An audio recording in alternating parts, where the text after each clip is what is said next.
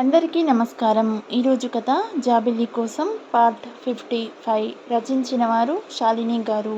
ఇక కథలోకి వెళ్ళిపోదాం.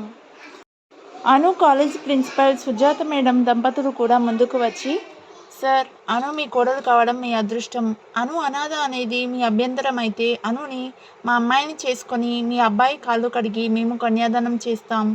అప్పుడైనా మీరు మనస్ఫూర్తిగా ఈ పెళ్ళికి ఒప్పుకుంటే చాలు అని శివాజీ గారిని ఒప్పించడానికి ట్రై చేస్తారు. శివాజీ గారు ఇంకా మౌనంగానే ఉంటారు. అది చూసిన ప్రసాద్ గారు, అనుని మీరు కూడా మీ అమ్మాయి అంటున్నారు, నేను మా అమ్మాయి అంటున్నాను అంటూ ప్రిన్సిపల్ గారి భుజం మీద చేతులు వేసి శివాజీ గారి ముందు నిలబడి, బావగారు, మేము మా అమ్మాయిని సకల లాంఛనాలతో అనుని మీ కోడలిగా మీ ఇంటికి పంపుతాము. ఇప్పుడు మీకు ఓకేనా అని సూటిగా అడుగుతారు. కిషోర్ పేరెంట్స్, నిత్య పేరెంట్స్, శాంతి పేరెంట్స్, కిషోర్, నిత్య అందరూ శివాజీ గారిని రిక్వెస్ట్ చేస్తారు. కార్తీక్ తండ్రి దగ్గరికి వచ్చి, నాన్న, మీకు కోడలిగా వచ్చే అమ్మాయి వల్ల మీకు స్టేటస్ పెరగడం ముఖ్యమేమో, కానీ నాకు అను నా పక్కన ఉండడమే స్టేటస్. తండ్రిగా మీకు విలువ ఇచ్చి ఇంతసేపు నేను మాట్లాడలేదు, కానీ ఇప్పుడు కూడా నేను ఈ విషయంలో నిర్ణయం తీసుకోకపోతే జీవితంలో క్షమించరాని తప్పు చేసిన వాడిని అవుతాను. నా నిర్ణయం మీకు అర్థమైందనుకుంటున్నాను. రూపా గారు, ఆయనకి కొడుకు మనసు అర్థమై ఉంటే పరాయి వాళ్ళ ఇంట్లో ఇంత గొడవ చేసేవారు కాదురా.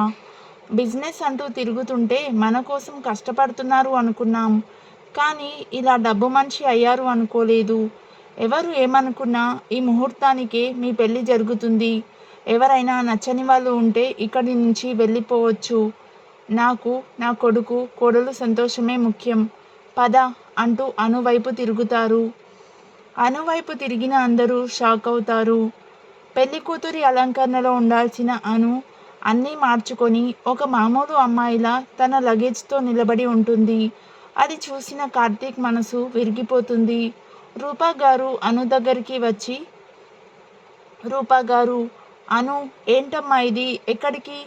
అను నవ్వుతూ, ఏం లేదాంటీ, ఆఫీస్ నుంచి అర్జెంటుగా రమ్మని ఫోన్ వచ్చింది, అందుకే వెళ్తున్నాను. ఎప్పుడూ తనని అత్తమ్మ అని ప్రేమగా పిలిచే అను ఆంటీ అని పిలిచేసరికి అను మనసుకి ఎంత పెద్ద గాయమైందో అని అర్థమై రూపా గారి గొంతు మూగబోయింది. జాబ్కి ఎప్పుడో రిజైన్ చేసేసిన అను ఇప్పుడు ఆఫీస్ పేరు చెప్పి ఇక్కడి నుంచి వెళ్ళిపోవాలని అనుకుంటుందని కార్తీక్కి అర్థమవుతుంది. అను కిషోర్, నిత్యాల దగ్గరికి వెళ్ళి, ప్రాజెక్ట్లో ప్రాబ్లం అంట కిషోర్, మీ అక్క అసలే పని రాక్షసి కదా, వెళ్ళి సాల్వ్ చేయాలి కదా, అందుకే మీ పెళ్ళికి ఉండకుండా వెళ్ళిపోతున్నాను. సో నా తరపు నుంచి మీ పెళ్ళికి ఇదే నా గిఫ్ట్ అంటూ తన చేతికి ఉన్న గాజులు, మెడలో ఉన్న నెక్లెస్ అన్నీ తీసి నిత్యకి వేసేస్తుంది. అను శివాజీ గారి దగ్గరికి వెళ్తుంది. అంకుల్, నేనెప్పుడూ మీ ఇష్టం లేకుండా మీ జీవితాలలోకి రావాలి అనుకోలేదు, ఇప్పుడు కూడా రాను. కార్తీక్తో నాకు ఉన్న ఈ బంధం నాకు చాలు అంటూ గుండెల మీద చేయి వేసుకుంటుంది. కానీ తాను పట్టుకుంది కార్తీక్ కట్టిన తాళిని అని కార్తీక్కి, రూపా గారికి అర్థమైంది. వెళ్తాను అంకుల్, నా వల్ల ఆంటీ కొంచెం ఎమోషనల్ అయ్యారు, మీరు ఆంటీని అపార్థం చేసుకోకండి అంటూ శివాజీ గారి కాళ్ళకి నమస్కరించి వెళ్ళిపోతున్న అనుని ఆపుతారు ప్రసాద్ గారు. ప్రసాద్ గారు, అను, ఎందుకు అంత తొందరపడుతున్నావు? మేము శివాజీ గారితో మాట్లాడాము, ఆయన ఇప్పుడు ఒప్పుకోకపోవచ్చు, మీ పెళ్ళి అయిన తర్వాత అయినా ఒప్పుకుంటారు, తన తప్పు తాను తెలుసుకుంటారు, ఒకసారి ఆలోచించు అమ్మా. అను, పెద్దనాన్న, మీరెందుకు అంకుల్ చేసింది తప్పు అని అనుకుంటున్నారు? ఒక తండ్రి తన కొడుకు విషయంలో ఎప్పుడూ తప్పు నిర్ణయాలు తీసుకోరు. ఇప్పుడు కూడా అంకుల్ తన నిర్ణయం చెప్పలేదు, కేవలం తన బాధ మాత్రమే చెప్పారు.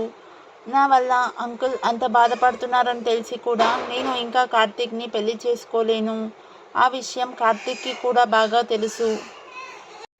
అందుకే అక్కడ మౌనంగా నిలబడిపోయారు. ఈ సిచ్యువేషన్లో నేను ఇక్కడ ఉండడం కరెక్ట్ కాదు, అందుకే వెళ్తున్నాను అంటూ కార్తీక్ వైపు చూస్తూ చెప్తుంది అను. అను ఒకసారి నిర్ణయం తీసుకుంటే మార్చుకోదు అని తెలిసిన శాంతి, శివ మౌనంగా ఉండిపోతారు. తన పెళ్ళి అని తెలిసొచ్చిన అందరి వైపు చూస్తూ, మీ అందరూ ఇక్కడికి ఎందుకు వచ్చినా నా తమ్ముడు కిషోర్ పెళ్ళికి ఉండి ఇద్దరిని ఆశీర్వదించి ఇక్కడి నుంచి వెళ్ళాలి అని చెప్పి లగేజ్ తీసుకుంటుంది. బామ్మ, మా పెళ్ళి ఇప్పుడు జరగడం లేదు. వచ్చిన వాళ్ళందరికీ ఈ విషయం చెప్పి భోజనం పెట్టి పంపించండి అంటూ గట్టిగా అరిచి చెప్తుంది నిత్య. నిత్య మాటతో అక్కడ అందరూ షాక్ అయిపోతారు. వెళ్తున్న అను ఆ మాటతో ఒక్కసారిగా ఆగిపోతుంది. ఏం మాట్లాడుతున్నావు నిత్య? పెళ్ళి ఆపడం ఏంటే? ఆడపిల్ల ఇలా పెళ్ళి ఆపుకోవచ్చా అంటూ బామ్మ కోప్పడుతుంది. నిత్య సరిగానే చెప్పింది బామ్మ. అను లేకుండా మా పెళ్ళి ఎప్పటికీ జరగదు. ఈ విషయంలో మా ఇద్దరి నిర్ణయం ఒకటే అంటూ కిషోర్ కూడా తన నిర్ణయం చెప్తాడు. కిషోర్ మాటలకు అందరూ ఇంకా పెద్దగా షాక్ అవుతారు. వచ్చిన ఫ్రెండ్స్, చుట్టాలు అందరూ వాళ్ళని ఒప్పించాలి అని చూస్తారు. కానీ నిత్య, కిషోర్ అస్సలు ఒప్పుకోరు. బామ్మ అను వైపు చూస్తుంది. అను ఇంకా తప్పక తన నిర్ణయం మార్చుకుంటుంది. లగేజ్ పక్కన పెట్టి ఫుల్ హుషారుగా మారిపోతుంది.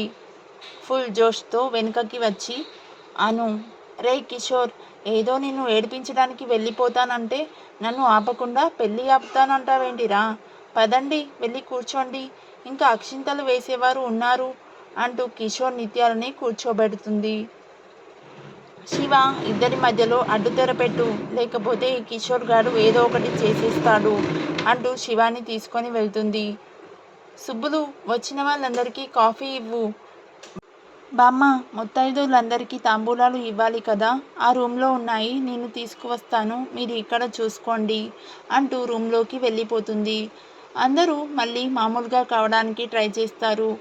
రూపా గారు, శివ పేరెంట్స్, శాంతి పేరెంట్స్, ప్రిన్సిపల్ అందరూ సైలెంట్గా కూర్చుంటారు. శివాజీ గారికి తాను చేసింది ఎంత పెద్ద తప్పు అనేది జీవం లేనట్లు నిలబడిపోయిన కొడుకుని చూసి అర్థమవుతుంది. రూమ్లోకి వెళ్ళిన అను తలుపు వేసుకొని ఏడుస్తుంది. ఎవరో తలుపు కొట్టిన సౌండ్ రావడంతో అను ఏడుపు ఆపి కళ్ళు తుడుచుకొని నార్మల్గా ఉండడానికి ట్రై చేస్తుంది.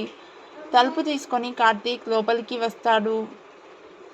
కార్తీక్, కరెక్ట్ టైంకి వచ్చారు, నాకు కొంచెం హెల్ప్ చేయండి అంటూ ఏదో పని చేసుకుంటుంది. కార్తీక్ బాధని ఆపుకోలేక వెళ్ళి అనుని హగ్ చేసుకొని చాలా బాధపడతాడు. సారీ అను, నా వల్ల నీ జీవితం ఇలా అయిపోయింది, నన్ను క్షమించు ప్లీజ్. అను తనకి వస్తున్న కన్నీటిని ఆపుకొని కార్తీక్కి దూరంగా జరిగి, అయ్యో అదేం లేదు కార్తీక్, నా లైఫ్కి ఏమీ కాలేదు, మీరేం ఫీల్ అవ్వకండి. ఇలా మీరు ఏడుపు మొహంతో ఉంటే సునీత ఫీల్ అవుతుంది, పదండి మనకు చాలా పనులున్నాయి అంటూ కార్తీక్ని ఓదార్చి ఏం జరగనట్టు అక్కడి నుంచి వెళ్ళిపోతుంది. నీ విషయంలో నన్ను నేను క్షమించుకోలేను చిన్ను అంటూ కార్తీక్ కూడా నార్మల్ కావడానికి ట్రై చేస్తాడు. కానీ తన వల్ల కావడం లేదు. అందరూ పెళ్లి పనుల్లో మునిగిపోతారు. అను కూడా ఏమి జరగనట్లు నవ్వుతూ పెళ్లి పనులు చేస్తుంది. అను పెళ్ళి అని వచ్చిన వాళ్ళు అందరూ వెళ్ళలేక ఉండలేక మౌనంగా కూర్చుంటారు.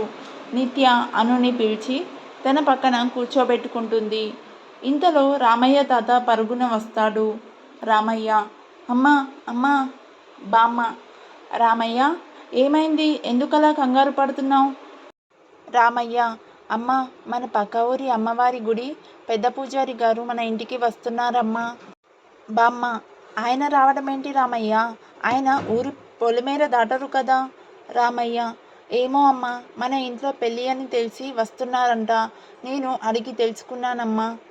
బామ్మ, అవునా, ఎంత అదృష్టం, సాక్షాత్తు అమ్మవారి ఉపాసకులు మన ఇంటికి రావడం అదృష్టం, ఆయన రావడానికి ముందే అంతా శుభ్రం చేయి అంటూ బామ్మగారు హడావిడి చేస్తూ ఉంటారు. ఆ ఊరి జనం తప్ప అందరూ ఎవరో విఐపి వస్తున్నారు అనుకుంటారు. శివాజీ గారు కార్తీక్ని పక్కకి తీసుకెళ్తారు. కార్తీక్ తండ్రితో మాట్లాడకుండా మౌనంగా ఉంటాడు. శివాజీ గారు, కార్తీక్, నేను నిజంగానే తప్పు చేశాన్రా, అందరూ ఎంత చెప్పినా నేను వినిపించుకోలేదు. కానీ నా వల్ల నలుగురిలో తనకు అంత అవమానం జరిగినా అను నా మనసులో బాధ మాత్రమే చూసింది. ఇంతకన్నా అర్థం చేసుకునే అమ్మాయిని నీకు నేను తీసుకురాలేను అని నాకు అర్థమైంది. స్టేటస్ అంటూ పాకులాడాను, కానీ అను కోసం ఒక అమ్మాయి తన పెళ్ళిని కాదనుకుంది అంటే అను స్టేటస్ ముందు నేను ఎంత చిన్నవాడినో నాకు అర్థమైందిరా పద, అందరి ముందు అనుకి సారీ చెప్పి మీ పెళ్లి జరిపిస్తాను. తండ్రిలో వచ్చిన మార్పుకి కార్తీక్ ఆశ్చర్యపోతాడు. రేయ్, షాక్ అయింది చాలు కానీ పద, నా కోడలు దగ్గరికి వెళ్దాం అని శివాజీ గారు అనేసరికి కార్తీక్ సంతోషంతో తండ్రిని హగ్ చేసుకొని అను కోసం చూస్తాడు. మిగిలిన కథ నెక్స్ట్ పార్ట్లో చూద్దాం. If you like this video please like, share and subscribe to my YouTube channel.